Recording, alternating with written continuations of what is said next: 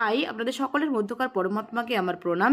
আজকে তাদের জন্য কিছু প্র্যাকটিক্যাল রেমেডি বলবো, যাদের মূলাঙ্ক 2। আপনারা জানেন যে আপনারা রুলড বাই চন্দ্রমা, আপনারা একটু বেশি ইমোশনাল। আমি আপনাদের জন্য সাজেস্ট করব আপনারা কিন্তু সেলফ ডাউট বন্ধ করে আপনারা কনফিডেন্ট হন। নিজে যে কাজটা প্ল্যান করেছেন সেটা প্ল্যানিং স্টেজে না রেখে সেটা এক্সিকিউট করতে স্টার্ট করুন। নিজের হার্ট চক্রের উপর ফোকাস করুন।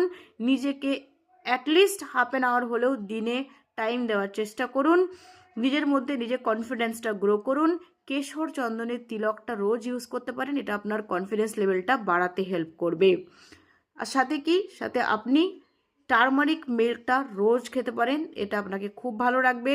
কিন্তু সানসেটের পর আপনি মিল্ক খাবেন না। বাড়ির নর্থ ওয়েস্ট যে সাইডটা সেটাকে ক্লিন রাখার চেষ্টা করুন। আর কি, আর একটা স্পেশাল সাজেশন, সেটা হলো আপনারা অবশ্যই অবশ্যই করে এটা দেখবেন যাতে জল ওয়েস্ট না হয়। আপনারা কোনোভাবে জলের অপচয় করবেন না। এগুলো মেনে চলুন, দেখবেন আপনারা খুব ভালো থাকবেন। যদি কোনো রকম পার্সোনাল কনসালটেশনের প্রয়োজন হয় আমাকে এনি টাইম হোয়াটসঅ্যাপ করতে পারেন। ভালো থাকবেন সবাই, বাই।